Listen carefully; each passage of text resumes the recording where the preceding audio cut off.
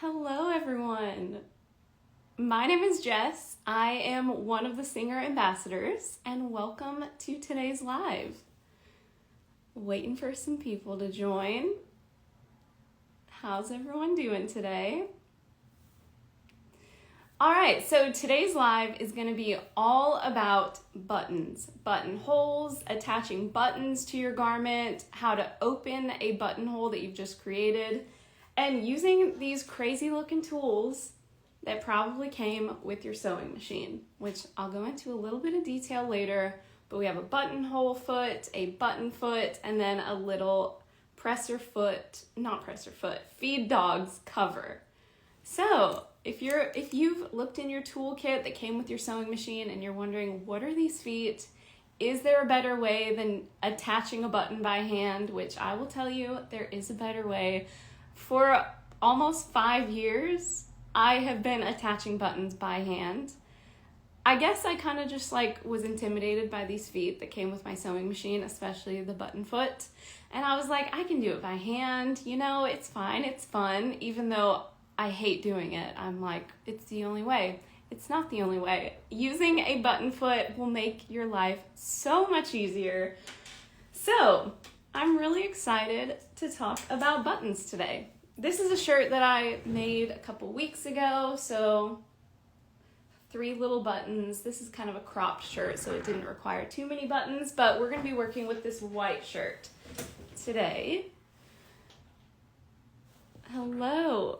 If you're watching live, where are you watching from? Thank you for joining. Okay, so this is going to be like a 3-part tutorial. I'm going to first place the buttons onto the shirt, and then we're going to make the button holes, and then we're going to attach the button. We're also going to open the button hole after we create one. So I guess a 4-part tutorial. Delaware, Bermuda? Oh my goodness. Brazil, Canada, wow, this is so fun. People are from all over the place. Massachusetts, I'm from Nashville. Hello from Nashville. Connecticut, hello. South Carolina, thank you so much for joining, everyone. California, love it, my home state. All right, so this is gonna be really fun. And today I'm gonna be using, let me shift you this way a little bit. I'm gonna be using my Singer Heavy Duty 4432. This is a mechanical machine, not a computerized one, which usually I'm sewing with the Singer Quantum Stylus, which is a computerized one, which there are so many things that machine has that this one does not have. Like, for instance, there are so many different button holes that you can choose from. On the Quantum Stylus, there's a button function. So I'm going to show you how to kind of do it the old-fashioned way with a zigzag stitch on this machine. But I will say, this heavy duty is one of my new favorite things because it is a literal workhorse. This thing can sew anything from silk to cotton to denim to leather. I've sewed probably all of those things with this, and it will power through like layers of denim, which I was working on the other day. This thing did it in a breeze. So the heavy duty is truly, truly a workhorse. If you're working with heavier weight fabrics and that's something you're needing, I would really, really look into the heavy duty. It's amazing. Okay, so let's go ahead and start. So the first thing we need to do is place our buttons and buttonholes. So, little known fact, something I actually just learned, menswear and women's wear clothing is a little bit different, which it really doesn't matter at the end of the day. You can do whatever you want to do. But traditionally, women's wear clothing, the buttonholes will go on the wearers. So like I am the wearer, it's going to go on my left side, the buttonholes. The buttons will go on the right side, but for menswear, it's opposite. Don't know why. If anyone knows why, comment below. I think that's super interesting, but I was doing it the opposite way a couple weeks ago, and my grandma walked in and was like, no, you're doing it wrong. So apparently this is a women's wear shirt, so I'm gonna do my buttonholes on this left side. So I'm gonna lay this out.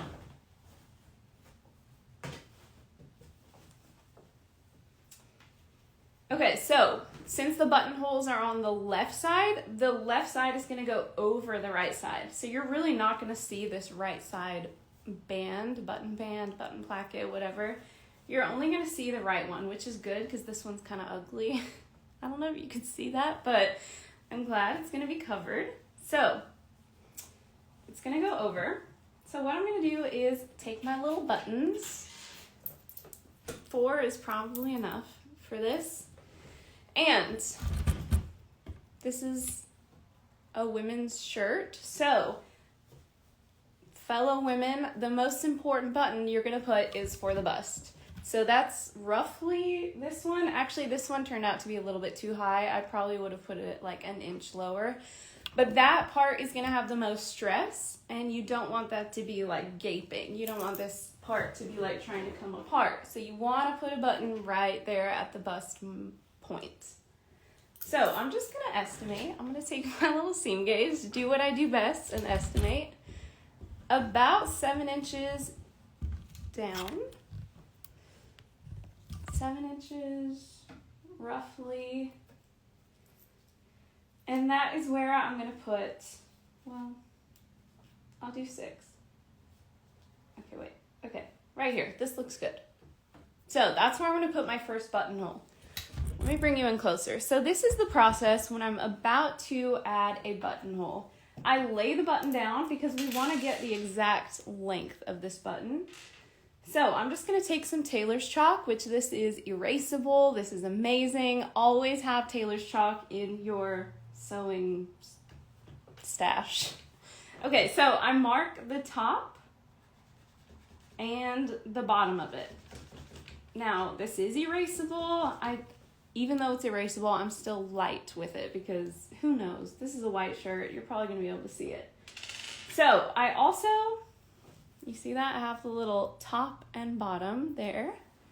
I'm also going to add a little straight line, like right in the middle of this button band.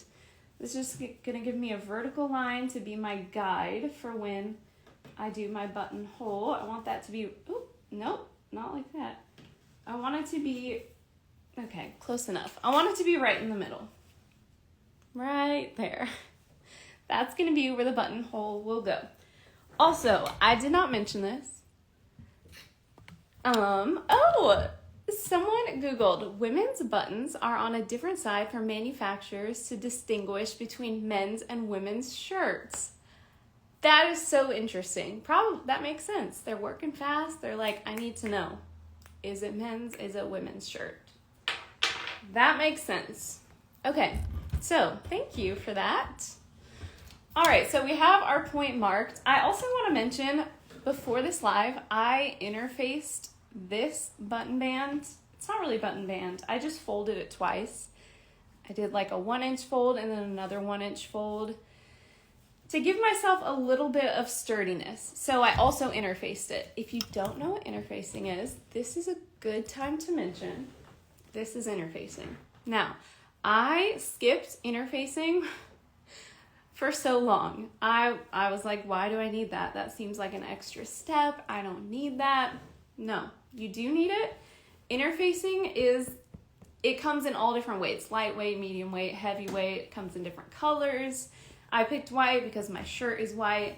And you can get sew-on interfacing. You can get glue-on interfacing. This is a glue-on because you glue it on with your iron. If you have like a steam iron, you just need a little cloth to lay on top and you iron that baby on, and this interfacing will attach to your fabric and give you a sturdiness that you really do need. So some places where you'll want to add interfacing, if you're using a commercial pattern, it'll probably tell you to use it. Do not skip it.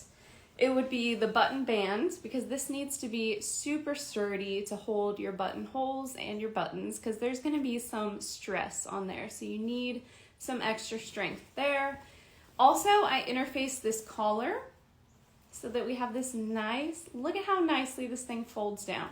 That's because I have interfacing. It would be all floppy and all over the place if I didn't have interfacing. I also interfaced the neck band or the collar stand, whatever you want to call it. So this shirt is interfaced and ready to go. All right, that was my rant about interfacing. Do not skip it. I swear by the iron-on interfacing. Yes, I've actually never used anything but the iron-on. And it's the best. It's so quick. It's so easy. You can move on. Okay, so anyway, now that I have the buttonhole placement, I'm just going to fold this over to match up perfectly with the other side. And I'm going to make a mark, the same mark, on the other button band for the button bottom and the top. Okay, one extra step that I like to do, I like to take a pin, straight pin, whatever this is, and put it right here at the bottom line for the buttonhole. And this is gonna really help when we go to line it up with the buttonhole foot. Okay, so I think we're ready to sew this baby on. All right. So here is my heavy duty 4423. I have some little practice scrap pieces. Always, always, always practice your buttonholes before you put it on the garment. So I thought this looked pretty nice. I also put the button up to it on my scrap fabric. And, okay. And I made sure that it fit. Look at that. The top and the bottom, that button is gonna fit. So always test with a scrap piece of fabric and make sure that your scrap fabric is a similar weight as your actual garment. So I took a scrap fabric that was actually my garment fabric. I folded it so that there are 2 layers and I did a little sample and it looked great. Okay, let's do this thing. So here's the buttonhole foot. You're gonna take this foot. There's this cool little slidey guy right there. Really fun. So you're gonna open that up, put your button in, and close it. So this is how your machine is gonna know how big to make your buttonhole. I used to be like, it's magic. How does it know? How does it know how big to make it? This is how big. This is how it knows, is this little plastic piece here. I'll show you in a sec. So your button goes there. This little metal piece is where it's gonna clip into your sewing machine or snap, however you attach your attachment feet. So the button should be facing towards the back. So let's go ahead and snap this in. Give you a little close up.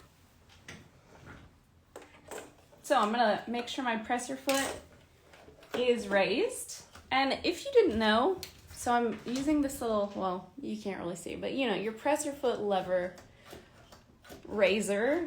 If you raise it even more, it will raise up even further. So just lift that thing up as high as it will go because you're gonna wanna put this foot in. So I'm lifting it up as high as it will go and I'm snapping this foot in. Perfect. All right. We're ready to rock. Now, if you notice our thread, our thread is hanging out at the top. We want to put it, you can let it hang out at the top, but I prefer to put it through this little hole here just to get it out of the way. I always like my thread tails to be out of the way. Okay, I'm just feeding it through and pulling my thread tails out of my top thread and my bottom thread to the back. Now they're out of the way and I can do my thing. Okay, as for settings for the buttonhole, you're gonna wanna put it to the buttonhole setting. It looks like a buttonhole. If you don't know, you can probably, I think it's in the owner's manual, it's definitely in the owner's manual, all the different settings. So that is the buttonhole setting. For the length, I'm gonna put it, you'll see this little, between the 0 and the 1, there's what looks like a buttonhole. So that's what we need. We're gonna put it between the 0 and the 1. This is really up to preference. But since I tested it on my scrap fabric, I know that mine is gonna be like closer to the 0, but not necessarily 0. For the width, I'm going to switch this all the way up to a 6. Now, this also depends on the fabric, your preference, whatever. Actually, I'm going to make mine a 5. I just remembered my scrap fabric. It looked better to have mine on a 5. We're going to keep the needle position at 0. The tension is at a 4. That's whatever you've sewed your garment with, that tension, probably keep it at that tension for the buttonhole. Oh, okay, wait. Let me read these comments. One of the best features of this family of machines. What feature are you talking about? The buttonhole feature? I put a little pencil marking on the dial. Yes, I've seen so many people do that, especially also for serger settings. I have my little serger down there, and I always forget. There are so many different settings and dials for the serger, so I always use I'll put some tape on there and just write what the settings should be. Okay, so this should be good. Wait, one thing I didn't mention. The literal most important thing is this thing right here. It's next to the automatic, nope, not that. That's the automatic needle threader. It's behind it. It says push. It probably says push on your machine. That is the buttonhole lever. So you're gonna wanna pull that all the way down as far as it will go and push it. Push it. Do not forget to push it. That will engage the buttonhole. And also, that's going to tell your machine how big to make the buttonhole. So, it's very important to use that lever. Okay, so now that I have that done. Okay, so I have my little marking here. So, I know that this machine goes from bottom to top. Some machines will do your buttonhole from the top to the bottom. So make sure on your test fabric which direction yours starts with. So I know to start it at this bottom reference point here. So I'm just going to match it up with that pin, match it up with my vertical line, drop the presser foot. Always drop the presser foot when you're sewing. I feel like, as you know, I've been sewing for years, so I'm like, yeah, drop the presser foot. But so many beginners forget to drop the presser foot, which is like, you know, how are you going to know? But if you're getting rat's nests in your sewing, it could be because the machine is threaded wrong or your presser foot is up. So always drop the presser foot when you're sewing. Okay, so we're ready to sew this little baby. So I'm going to take my pin out. Always take your pins out. And I'm just going to double check my settings. Looks good, looks good. Okay, so I'm just going to push down on the foot pedal and watch it do its thing.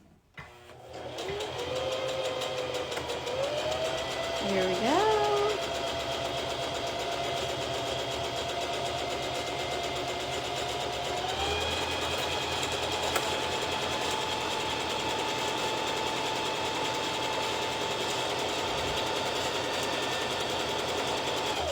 Okay, once I get to the end, all the way to the end, it kind of just keeps on bar tacking, which means it's going side to side to side to side to side to side to reinforce your stitch. So if you have a mechanical machine, you probably need to manually stop that. So let me make sure. Okay, it's done. So I can spin the spinny wheel, the hand wheel here. Make sure it's completely done. Lift my presser foot. And, oh, wait! It wasn't all the way done. Oh my gosh, I swear it was all the way done. Hold on, don't panic. Do not panic, don't panic. Oh my goodness. It was literally all the way done, but now look, we have a little gap. Okay. Okay. I need to fix this. What do I do? Here's what I'm going to do. I'm going to put it back in, and let's manually do this. Wow, literally everything, always one thing goes wrong on these lives. I swear, every time. Okay, here we go. Manually fixing this.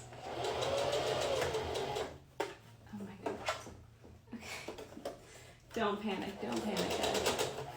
Okay, you know what? It's good enough. Now I'm getting nervous. Okay, we're gonna just leave it as is. It's good enough. It's good enough, but y'all don't stop it too early. I just literally just did that. I just stopped it too early and now we have a little gap, but it'll be okay. What I'm probably gonna do later when I'm not on camera is go back with my regular presser foot and fill in that gap. It's good enough for now. But this is a learning moment. If you stop it too early, you're gonna have a gap. You don't want a gap. Okay, so next step of this tutorial is opening a buttonhole. You could always go back. Yes, I'm gonna go back. I'm gonna fill this in. Don't you worry, I'm gonna fill this in. But we're not gonna let this stop the tutorial. I'm gonna show you how to open this buttonhole. So once you clip your little thread tails, it's always gonna leave thread tails and that is perfectly fine. You're gonna clip your thread tails. Okay. Now, my preferred method is using a pin, and I put this pin in right under the bar tack at the top of the buttonhole. So, on the wrong side, you can see where that pin is. Right there below the top. So that's going to be my stopping point. And then I'm going to take my seam ripper. So this is, you have to be gentle because you could ruin everything if you accidentally rip the stitches that you just sewed. So I'm going to take my seam ripper and poke it through the middle of the buttonhole, right there, like through the middle line above the bottom bar tack. And I'm gonna just slide it up. It's difficult because I'm holding it.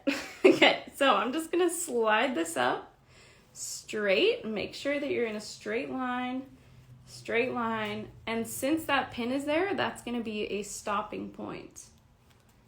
So we got that open. We can take our pin out and look at this. It's not the prettiest thing. First of all, because I'm using a contrast thread.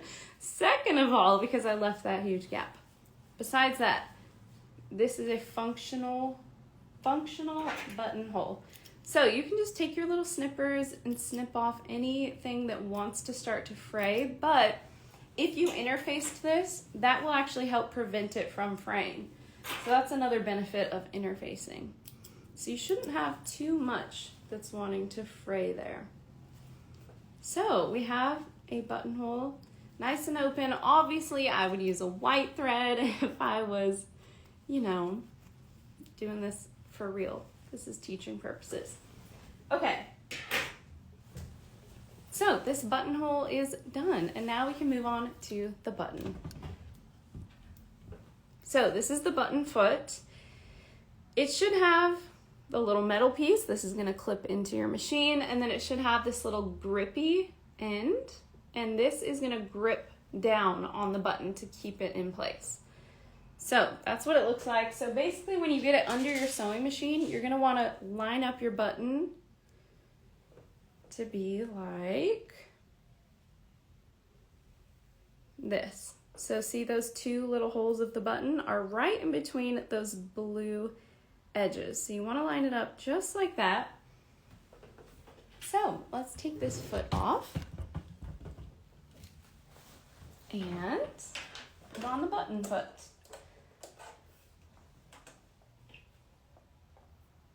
One other thing, if you have a drop feed lever, some machines like the computerized heavy duty machine I know has a drop feed lever, and it's under, I believe, you have to take this little guy out and it's in the back there. It's kind of hidden, so you gotta look for it. But the drop feed lever, when you switch it over, is gonna drop these feed dogs down. So what these little feed dogs do when you're sewing is they pull your fabric. So they pull it like away from you so that your fabric will feed through. So since we don't want this to move, we just want to do side to side to side to side to side to side, you know, to our button. We don't want the feed dogs to be working. So either drop your feed dogs down if you have a machine with a drop feed lever, or you might have this little cover in your sewing tool kit. And this just pops right on. So this is gonna cover the feed dogs to get them out of the way for now. And this makes putting a button on so much easier. And if you don't have a cover, you can just set your length to 0, which we're gonna do anyway. That's gonna prevent the feed dogs from like pulling. But this little cover is gonna really help get the feed dogs out of the way. So the settings for attaching a button, we're gonna do a zigzag stitch. The length, like I said, keep that at 0 because we don't want it to move. We want it to be in place.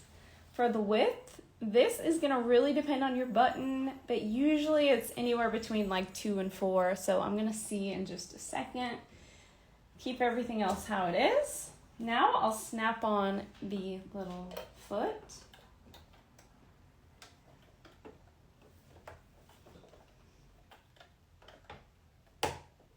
Okay, here we go. Put the thread towards the back.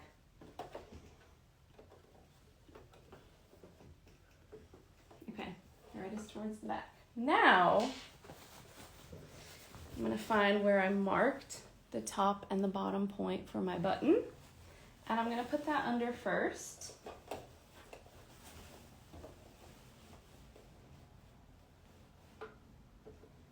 Okay, then once the fabric is in there, I like to put the button down. Okay, so I'm gonna put my button down here. Lift the presser foot all the way. Hold on, things are shifting. Okay, lift the presser foot all the way and place it under. Now this is actually a 4-hole button. Let me show you real quick. This button has 4 holes, which it basically just is an extra step. You need to do this step twice. 1 for each row of buttons. So you can do a 2-hole button or a 4-hole button with this foot. It just depends on how many steps it takes. Okay, so once everything's lined up and it looks perfect, right where that button needs to be. Okay, so this part is kind of fun. So you take your little hand wheel, and basically what you're looking at is where that needle is gonna drop down. So I'm spinning this wheel, and I'm watching if my needle is about to drop down into the hole of the button, which is what we want. So since that is dropping down fine, hold on. Okay, so that is dropping in fine. I'm gonna keep spinning the wheel and making sure that the other side is gonna drop in. Oh my gosh, it's literally perfect. It's a little too narrow though, so I'm gonna make it a little bit bigger. Okay, so I'm gonna keep spinning, making sure it's going into both of the holes of the button. Wow, okay, it's perfect. So once it's perfect, exactly how you want it, you can press down on the pedal and just stitch this. Okay, so once I have enough done, I'm gonna switch this to a straight stitch. Oh, there we go. And I'm just gonna do a few straight stitches into the opposite hole that I left off on. I'm gonna use my spinny wheel. Okay, perfect. Wait, kind of. Okay. No, almost. Okay, there we go. Oh my goodness. Okay, there we go. Do a few stitches down, and then we can lift it out. So that is going to be our reinforcement stitch. So those few straight stitches are going to reinforce this and make it all nice. So let me get this out. Okay. so then we have our thread tails that we're just gonna clip. We're gonna clip those. Nope. So basically, since this is a 4-hole button, you're gonna do that same thing twice. So then you're gonna come down here and do the same thing, side to side to side to side, twice, and then your button will be done. Does anyone have any questions?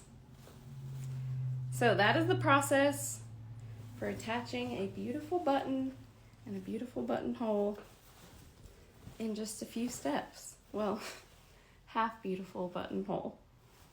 But, so yeah, if you've ever been doing this by hand for years and then you're wondering, is there an easier way? Yes, it's the feet. So if your machine has the ability to attach these feet, definitely look into getting these feet or getting a machine that can do a buttonhole and a button with these feet, because it will save you so much time and so much hassle. So that is our tutorial for the day. Just make that look a little bit better. Make sure you go to the end. Thank you so much for watching. Yeah, my name's Jess. You can find me on Instagram, Jessica Shaw, or YouTube, Jessica Shaw, and I make sewing tutorials, different garments, thrift upcycles, everything like that. So yeah, thank you for watching, and we'll see you next time. Bye.